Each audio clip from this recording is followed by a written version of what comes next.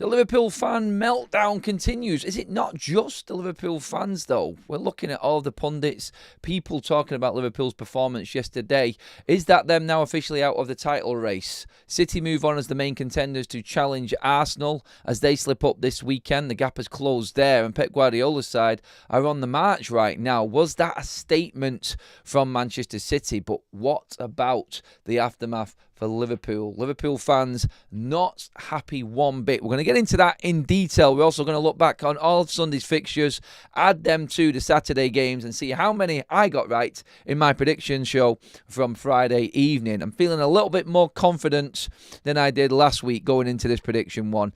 I kind of just put them out there and then come back on Monday, trying to forget about them and not look at them as the games are going on. So this is going to be as much as a surprise for me as it is for everybody else watching as well. But get into the comment section and obviously get your comments in on anything that was stand out for you in the weekend, any moments, any performances, surprise wins. Big win for Villa against Bournemouth yesterday, by the way. Wow. Did not see that one coming. Bournemouth being smashed to pieces there.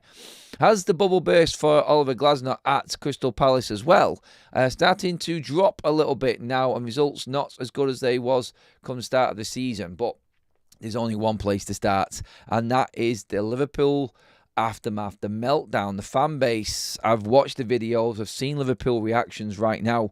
City battered Liverpool yesterday. It was a non-contest.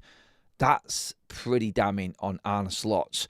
After big results at Anfield, Liverpool's away form continues to shock everybody in the Premier League. It is appalling. Liverpool now in the Premier League, and looking at that table right now, 5 defeats this season so far. They've lost just under half of their games this season. Not even managing to battle out draws, Liverpool. Not one draw in 11 games. It's a hit or it's a miss. There's nothing in between with Liverpool right now. And when you look at what Liverpool fans are talking about, going in on Arne Slot, I'm seeing people comment on his horrible tactics, awful substitutions, failing to set the team up correctly. I seen Craig over in Anfield Agenda yesterday, a good friend of mine, Craig, going in on Arne Slot, how he was watching and studying Manchester City for the 250th time. He'd not even watched the Arsenal game, he said, because he was still watching Manchester City. These were the words of Arne Slot before he actually came out after the game, before they'd actually played Liverpool, talking about studying what Manchester City were, what they were doing. And Craig, quite rightly, in his analysis at the end of the game, made the point, well, what the hell was you watching, mate? Because that team was not prepared for what was coming. Manchester City had Liverpool's number from the get-go. It was horrendous from Liverpool. Don't get me wrong, City were good. Doku was outstanding. Haaland still scored, having missed a penalty. By the way, that penalty, shocking. I'm actually with Liverpool fans on that one. Man, Michael Oliver, whoa. That guy has made some stinkers this season, decision-wise. And he continued yesterday in that performance. Wow, that is not a penalty. I'm sorry, that is weak officiating. It really is. And I'm not surprised Liverpool fans are not happy about that. But past that, he still misses the penalty. So put that to bed. It's over. Liverpool, use it. Actually come back and use that as a bit of momentum. No. No, don't get me wrong. Luck was on Haaland's side with the header, flicked on by Kanate onto Haaland, and then it just loops in over Mamadashvili's head into the far corner, 1-0 City. And at that point, you're thinking, right, Liverpool need to get back in this. Liverpool need to do something. And then the meltdown really kicks in. Was Robertson interfering with play for Virgil van Dijk's goal? I would say, and I'm a United fan remembering this, so I've got zero allegiance to any of these two sides. It's the worst game ever for me as a United fan to analyse and watch. But Robertson wasn't interfering. Come on. The ball comes from an angle that Gianluigi Donnarumma can see throughout. He can see Robertson in his eye line, yes, but the ball is coming in front of Robertson. At the end, he just moves aside, ducks out of it, and Donnarumma can still get to that ball. I don't think that's interfering. He's in an offside position, and maybe Gianluigi Donnarumma could have dived where Robertson was, and that was interfering. you could say it was a 50-50. For me, again, it's soft. I think Liverpool should have had the equaliser. It would have made a great watch after that.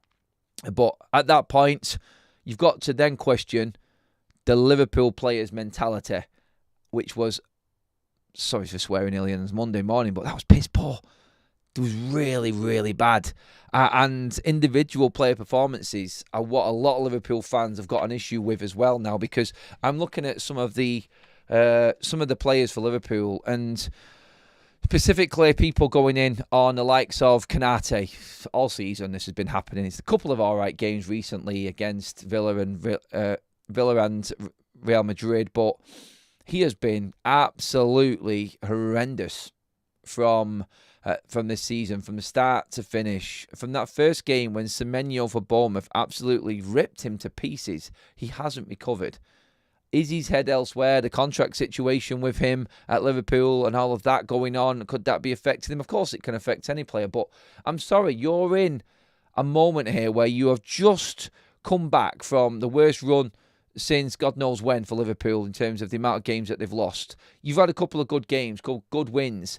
Yeah, you cannot sit on your laurels and just rest on your laurels and say that we're back, we deserve a little bit of praise now. We beat Real Madrid. You're going up against Manchester City here. This is where Liverpool would have been really been judged. And I said yesterday morning on this channel, in the live show in the morning, I said Liverpool are back if they beat City. But if they collapse, the jury is well and truly out. I went with a City win for that game. I know I did. I didn't see City battering Liverpool to the point, but that's the big issue here. It's that Liverpool were humbled by Manchester City. City are not fantastic. They haven't got everybody in that team in place. The defence changes constantly. You've got people coming into positions that really are not fully, I don't think, integrated into the side yet. Gonzalez is starting to find his feet a little bit. Lucky with the goal again. Liverpool will say another stroke of luck there for Manchester City in that one with the deflection. But what was Virgil van Dijk doing? That was the most nonchalant flick of a leg ever. There was nothing in it. It's like, I don't get it. I remember thinking it was Gary Neville in the comms who said, like, what is he doing? It's strange. That's probably the best way you could describe that. Virgil van Dijk is all too willing to come out and criticise people for criticising Liverpool's performances. And if he feels that 2 wins over the last 2 weeks against Villa and Real Madrid are enough to say that he can shut his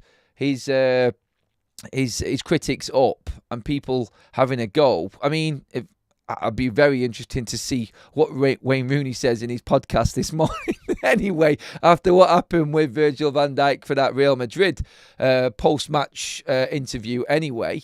And we all know what I mean by that. But Van Dijk yesterday, I mean, if we're going to talk about Konate, let's bring up Virgil, because he is nowhere near the playoff. And Liverpool have got a problem here with this. Him turning up when it pleases him and running his mouth isn't going to take Liverpool far. I think there's a disconnect in Liverpool, and they're going to get beat in the big games. They are out of the title race. They've got no chance of catching Arsenal, and that was their chance yesterday. That was a big chance. You go there, you're solid, you get a draw, and you walk away. You're still in contention. Now, I think City have moved away from them. City are showing form. Arsenal are still solid, even though they dropped points this weekend. I don't see Arsenal losing 3 games, which is what it's going to take for Liverpool to catch them. And I don't see Liverpool's defence holding out for the rest of this season and continuing the form needed and necessary to challenge Arsenal if they did even drop them points. And then you've got Man City on top of that, who've only lost 1 of the last 5 or 6, I think, and are now starting to really rack up the points. And I just don't see the Liverpool players.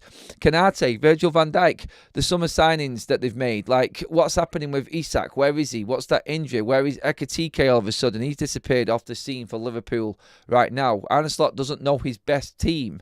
You're looking at Florian Wirtz. My God, the biggest disaster class ever in transfer history. This has to go down now. And look, there's still time to go, but game after game after game, that Florian Wirtz just keeps on crapping the bed. It's just going to completely pile on to this player, and it's going to be a point where he just buckles. And Liverpool have to make a decision. Like, he isn't good enough right now. He's not doing enough for Liverpool, I don't think. For that money, I'm sorry, I don't want to bring Man United into this. We've got nothing in this argument at all. But if this was a Man United player and a signing, and he was performing like this, then the media would be having a field day. The knives would have been sharpened after 2 games, and they would have already been stabbing Manchester United with them. They're tearing us apart, taking chunks off us. And that's what it would have been. How was he getting away with this? The Liverpool fans are not letting him get away with it, by the way. They're going right in on it. And this is where the fans are at, going in on the defence, talking about the frailties and not being able to keep clean sheets. The morale of the team, the connection between the players just seems to be all over the place. Good in one week and then bad another week. If Liverpool haven't got Anfield, then Liverpool are nothing. That's how it seems. And it's a good job that Arne Slot got them wins against Madrid and Aston Villa, because that's the only thing keeping him afloat right now. I think conversations would have been had if they'd have not picked up points against Real Madrid and Villa. And then a result like this comes around, bang, you are completely out of it. But, yeah, the overall mood around Liverpool right now is one of absolute frustration from what I can see. And I think it's the belief in their team that the fans have lost right now to sustain any sort of challenge up there in the Premier League. That's the biggest concern I think Liverpool fans have got. And I can understand it completely because they look disjointed all over the place. They do. Let's have a look at some of the comments. Stephanie says, Virgil van Dijk thinks he's Mr. Cool, highly overrated in my humble opinion. Peter says, Liverpool will regret letting Elliott go. Don't mess with the team that wins you the title. Klopp would not have changed his team like that. A lot of changes, an awful lot of changes.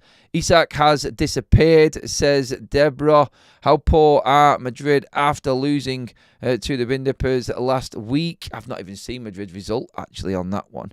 Virgil van Dijk, not the same since his cruciate. Salah drove them last year and missing Diaz on the left.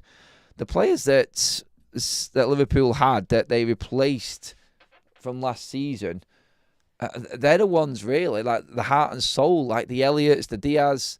To a certain degree, Núñez, he wasn't that good, but Núñez actually put an absolute shift in for Liverpool.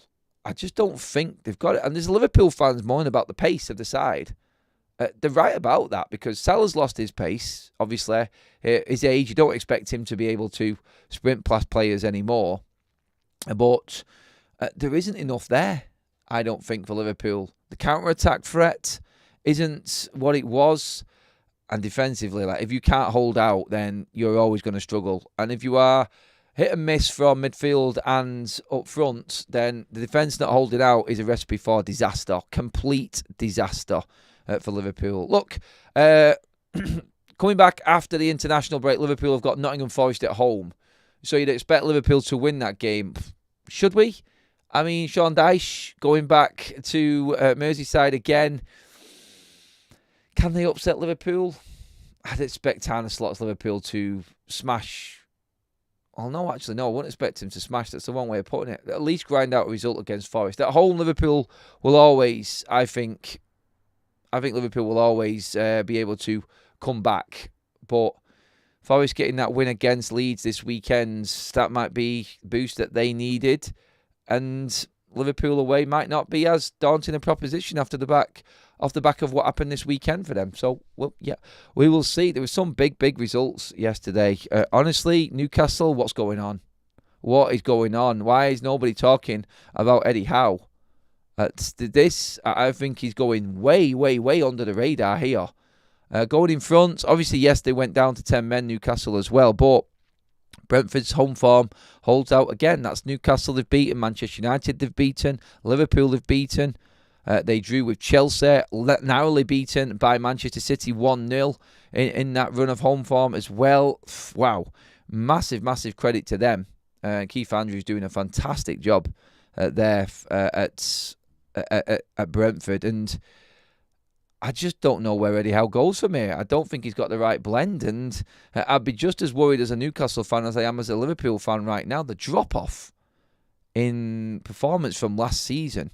And I tell you what, one way or another, like Isak leaving Newcastle has affected them and affected Liverpool at the same time. That whole transfer saga has thrown both of them clubs completely up in the air because Newcastle's goal threat. Wow, I mean, Voltemader's made an alright start for Newcastle, but nobody's talking about Anthony Elanga. That was big money spent as well. He's flopped at Newcastle for the start of this season so far, and you can't argue and say that he hasn't, because he has. He has completely flopped. He's not done anything this season. The money that was spent between Newcastle and Liverpool this summer, wow, it does look like really poor investment. Like, credit to the odd player here and there, of course, but not happening for either side. Johan Wieser missing from the start of the season all the way through has been a big, big blow for Newcastle, I think. And that obviously does need to be taken into consideration here. But, wow, you just didn't see results coming that have come so far this season. I didn't expect... Obviously, Villa are a good side, but Villa smashing Bournemouth, by the way, 4-0. Jeez, that was big. And that was a statement. Big save from Emi Martinez again, though. And his form has definitely picked up and taken Villa on this run that they're on right now. And right back in the mix.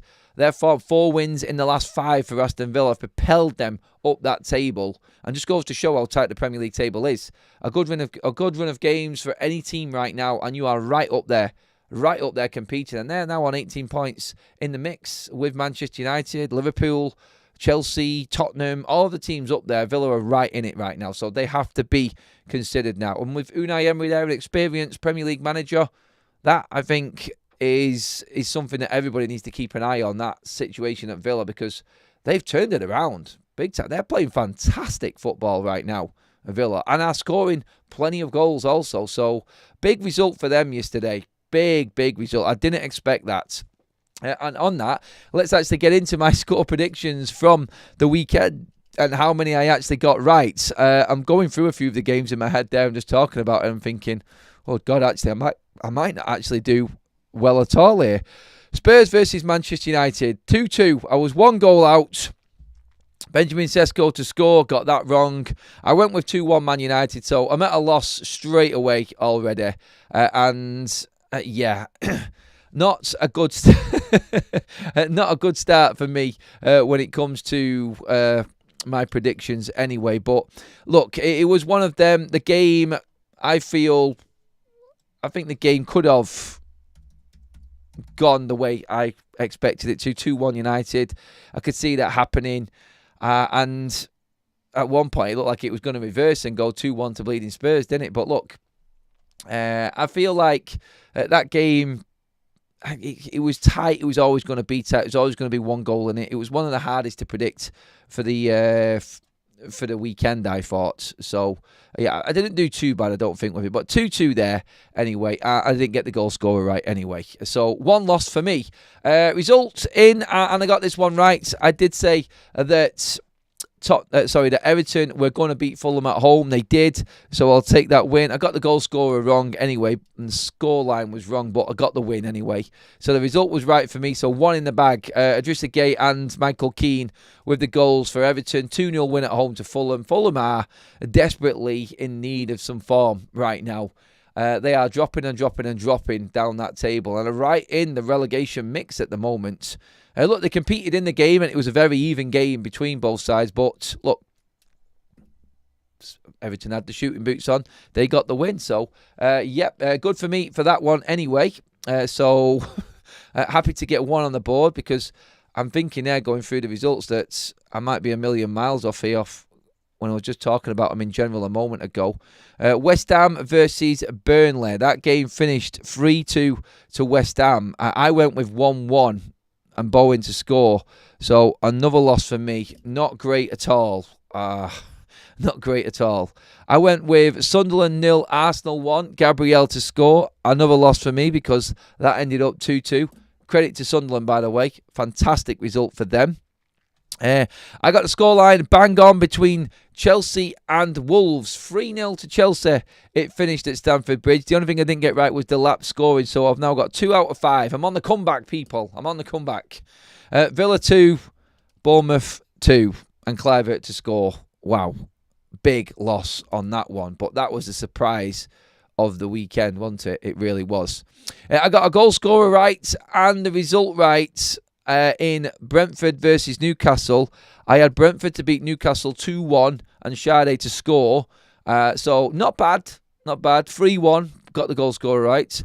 I got the result right for Crystal Palace and Brighton. I did say that was going to be 1-1. Wharton with a goal, but it was 0-0. But I still got the result right. So there's 4 so far for me. I said that Forest would beat Leeds. Well, I'm coming back now, people. I'm coming back. Forest beat Leeds 2-1. It was 3-1 to Forest. My prediction was that Forest would win 2-1 with Jesus scoring. So I'm just going to take my wins at the moment. I'm already up to 5 now.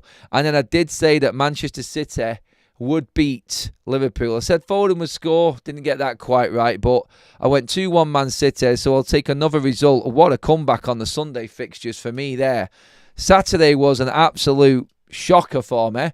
But the Sunday fixtures, I pretty much nailed. I got 4 out of the 5. And I ended up with a total of 6 correct scores. So that's equaled my best predictions for a weekend. So please get into the comment section and give me some credit there, everybody. I think I've done all right. Bigging myself up there, of course. But I think I deserved it. I think I deserve a little bit of praise there. We have to sit now on 2 weeks of international football. Oh. I will cover some of the England games as well on Football Talks, actually. Just to pass the time, of course, and we can have a laugh with it as well. Please make sure you pop in a like on the video as well, everybody. Really do appreciate that. Yeah, I'm getting excited, Deborah. I'm actually pleased with them. I had a good Sunday. It pulled me back.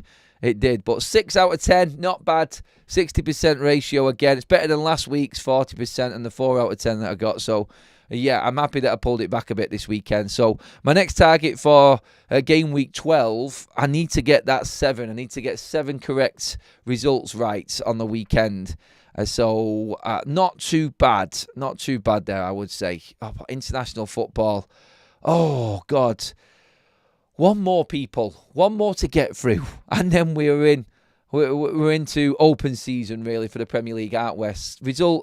Games all the way through then until March. God, honestly. This season, with United in particular not having European football, the international week has literally destroyed me. And I mean it. It's destroyed me. It's so difficult getting through international breaks, isn't it? But last one, people. Last one to get through, and then we're home and hosed, and everybody's happy. But hey, look, that was my look on the weekend. Get your Liverpool thoughts in, please, everybody, into the comment section. Thank you so much for all of the live chats. Thank you, everybody. Again, in there, I can see loads of the regulars in there watching. That is our double show done this morning already here on Forever United TV and here on Football Talks. Thank you so much, everyone. Please pop your comments in. I would love you to give the video a like as well. It helps the channel out no end. And if you haven't subscribed to Football Talks already as well, please do get into the chat and the subscribe. Please hit the bell notification, and I will see you all in the next video, everybody. Have a great Monday.